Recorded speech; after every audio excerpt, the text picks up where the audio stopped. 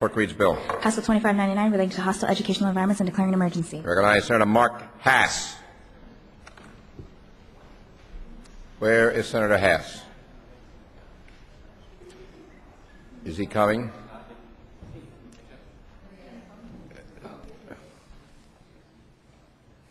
Recognize Senator Mark Hass, carrier of the bill. Thank you, Mr. President. Apologize for the tardiness.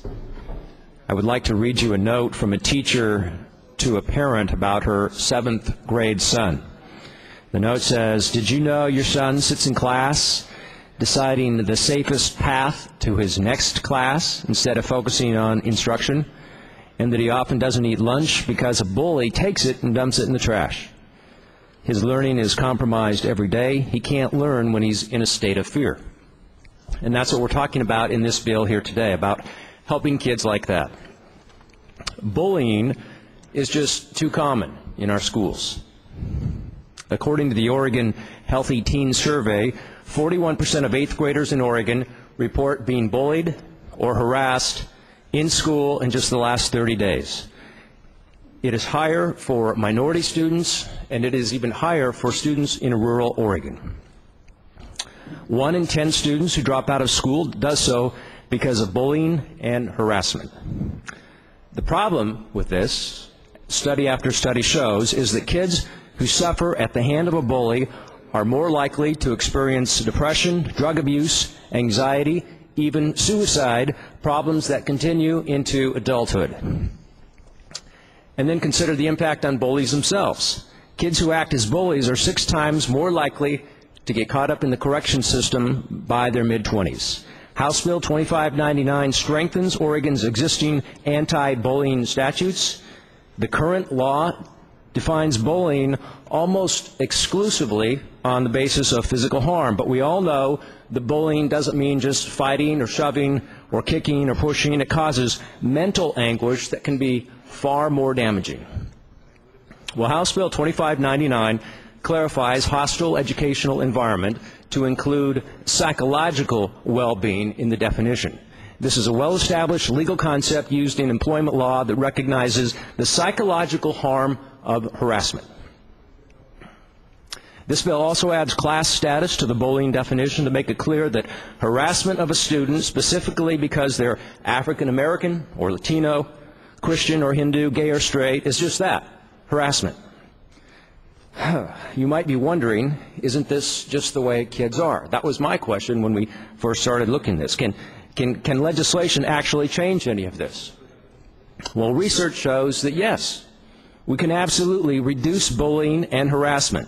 The Center for Study and Prevention of Violence says effective policies can cut the incidence of bullying in half.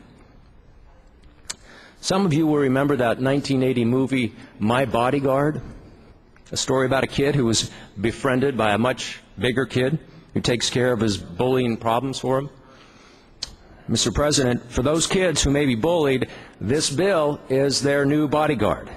It's a big, mean-looking friend carrying a baseball bat, following them around, making sure bullies keep their distance. And I urge your support. Thank you. Recognize Senator Jason Atkinson, please. Thank you very much, Mr. President. Mr. President, I rise in support of House Bill 2599. This is a good bill, and believe it or not, Mr. President, in our society today, a bill like this is needed. Statistics indicate that each school day across America, 160,000 kids stay home because of bullying.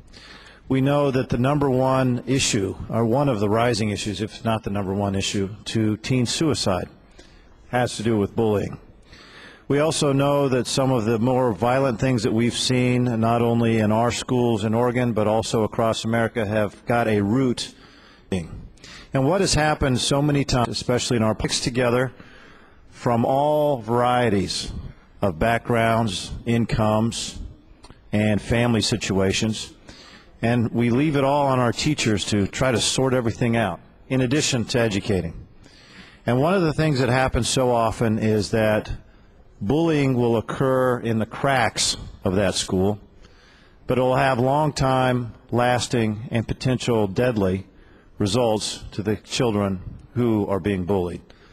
A friend of mine, Paul Coughlin, who's a fantastic writer, author, was so moved by bullying and its effects on children that he created an organization called the Protectors, which is gaining some momentum not only in Oregon but around the country, about teaching kids in school assemblies about what actually is bullying, because oftentimes the people who are doing the bullying are actually lunging out for a whole variety of other reasons.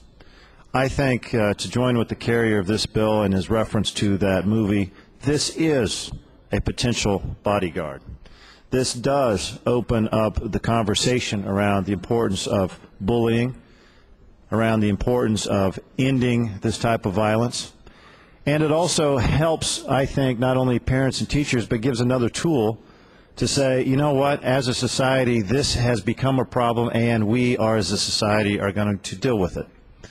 And we're going to do our best to end it. So I wanted to put on record not only my support for the bill, my support for the Protectors, but also that this is in the lives of kids. This can be a very big issue that as adults they may never react or recover from.